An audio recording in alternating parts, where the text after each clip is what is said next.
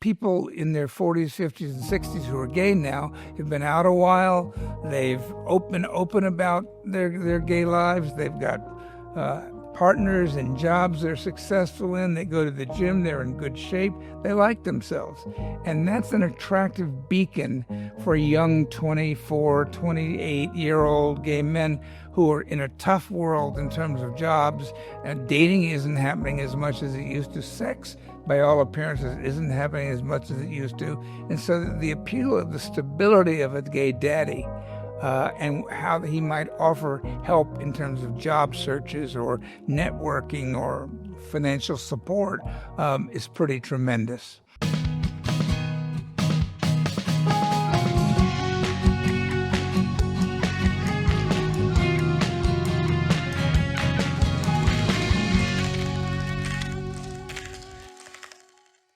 Hi, this is Mike Balaban. Welcome to another episode of BAMMER Talks. I'm back in San Diego after a whirlwind trip to Cyprus to attend a memorial service for a dear friend who passed away. It's 19 hours in each direction for a 6-day trip. I'm experiencing a little jet lag. I caught a cold on the way back, and we're in San Diego during one of our rare rainy period and cloudy periods. The whole atmospheric rivers over the west coast this week, bringing occasional rain. So we're a little bit gloomier day than normal, but I'm coming to you as usual from San Diego, and I want to continue the topic I began last episode, which was the survey I was conducting that looked at gay male relationships currently, particularly with respect to the age difference between the two partners, assuming the relationship involved only two. I did get one inquiry from a throuple. And also the time at which two partners have been together, the duration of their relationship. I wanted to see how it is in today's world and then compare anecdotally to my experience coming out 40 years ago. So we began doing that. I have to be honest, I expected Instagram to deliver the bulk of the replies, and it did, like 80%. Another almost 20% came in from Facebook, and YouTube was the laggard. I know I came to you guys last, but I was really disappointed that only 10 of you responded with your own personal situations in terms of long-term relationships. And now it may be that there are not that many couples in long relationships on my YouTube base, but out of 6,200 viewers, I expect there are quite a number, and you just chose not to submit your information to us. So we ended up with 319 responses. That's a pretty healthy dose of replies. And in that 319, there's a lot of stuff buried that I want to go over with you today. And you'll forgive me for looking at my laptop, but the data is pretty specific and it's hard to remember all these numbers. The analysis I did, asking each partner, tell us how old you are, tell us how old your lover, your partner is, tell us the difference between those two figures, your age gap, and tell us how long you've been dating. And it was all over the place, as you might imagine. But the interesting data came in that in the 319 responses I got, I took what we call the median average age gap. The median is the number. It's not an arithmetic average. It's a numerical frequency average. If there are 100 people in the survey and 49 are on one side of a number and 49 are on the other side, that is the median. It's the midpoint. So out of 319 replies, I looked for where half of the responses were were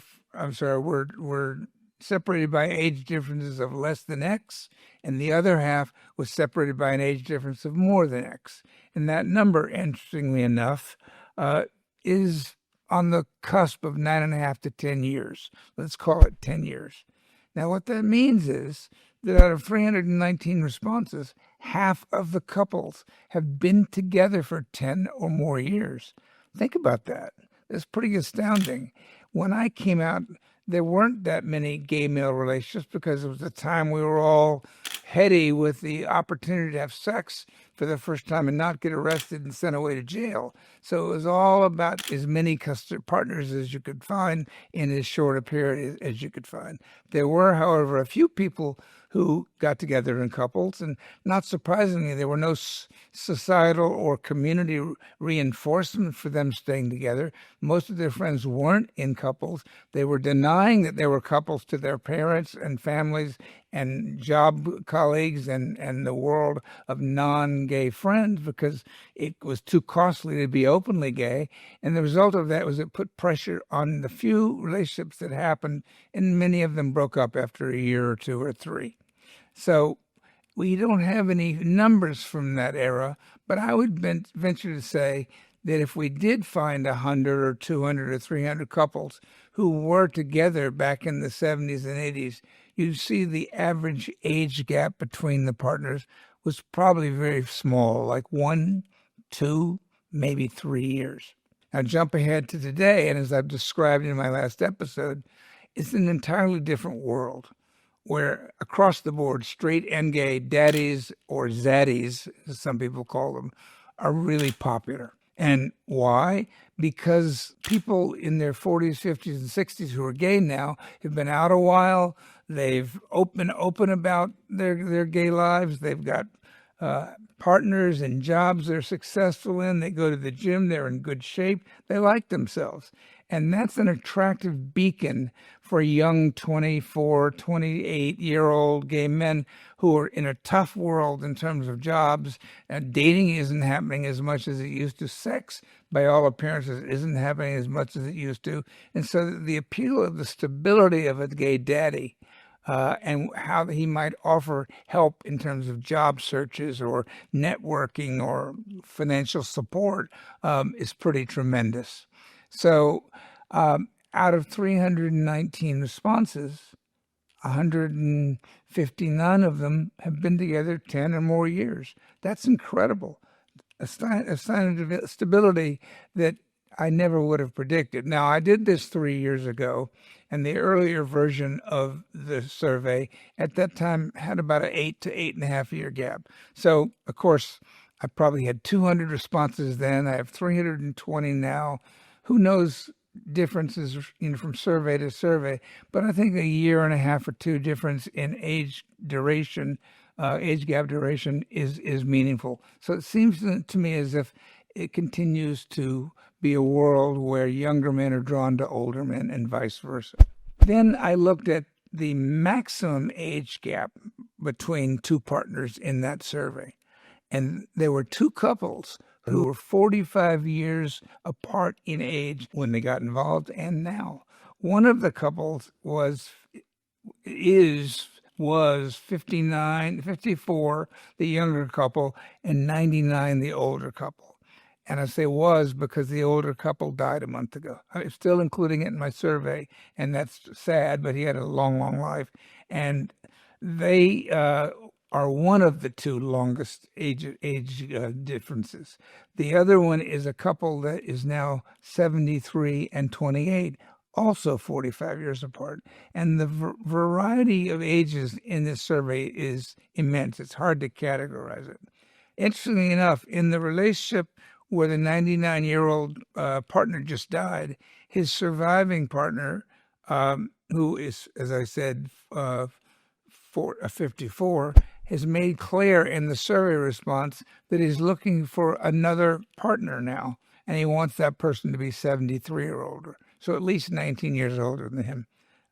Some amusing anecdote in the middle of some sadness. Looking at the age gap breakdown that I uncovered, there's these two couples who are 45 years apart. There were 24 couples who were 30 to 39 years apart in age, and that's about 7% or so. There were 30 couples who've been together between 20 and 29 years, and that's another 30%. And then, another 10%. And then the largest group in that upper half were 88 couples who've been together 11 to 19 years. And 88 is about 30% of the total survey. So then let's look at the duration of the relationships that occurred between these couples. I've looked for the median point where half of the couples had been together for a shorter period and half had been together for a longer period, and that number is 18. Think about that.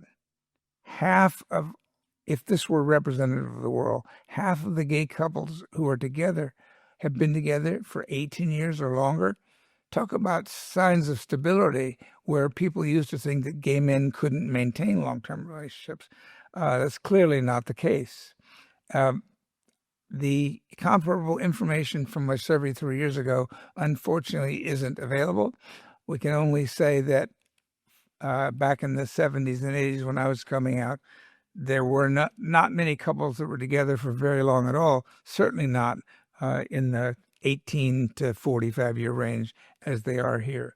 The breakdown of these couples, 2 of them have been together, one for 51 years and one for 50. Those are the longest. Think about that, half a century together. 10 of the couples have been together 45 years or longer. 13 of them were together in the 40 to 49 range. 40 have been together for 30 to 39 years. That means in total, it's about 20% of the survey have been together 29 years or longer, 30 years or longer. 84 of the couples have been together 20 to 29 years, and that kind of brought us almost to the median point. Now, I looked at the different age brackets of participation because, of course, if you have a 99-year and a 54-year-old partners in a relationship, that's one in the 90s and one in his 50s. The other couple with a 45-year age gap was 73 and 28. That's one in the 70s and one in his 20s. So I went down that list of 319 partnerships, which is 638 participants, and I looked for the most common and least common decades in which people submitted the survey responses. So there was only one teenager, 19 years old, and there were 2 in their 90s, one of whom I just mentioned died in the last month. But in between, there was a lot of variety. 22 of respondents in their 20s, 70 responded in their 30s, 100 responded in their 40s, 149 responded in their 50s, and 176, the largest group, responded in their 60s. Then going down the backside of that slope, those in their 70s numbered 63, and those in their 80s numbered 9. This is a kind of a wealth of information. You can't extrapolate just from 319 couples and say that across society as a whole, these numbers would hold accurate. We don't know. But you can say that in a survey of this size, which is pretty substantial, it reflects trends that are changing in our society and that are moving in the direction of longer-term relationships and wider age gaps between the partners. The point of all of this is that we are finding there are less limits on who we're willing to love in terms of age. People are brought together by many different things, but age is becoming less important as an obstacle. We're also finding that couples tend to stay together. As I said, 2 of them are 50 and 51 years, but even so, half or more at 18 years, that's pretty tremendous.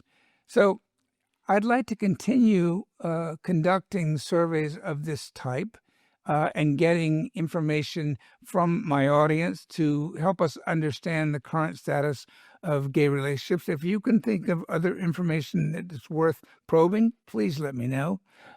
In the meantime, please keep watching. And if you haven't already, please subscribe to the BAMMER channel. Thanks a lot. Have a nice day. Mike Balaban.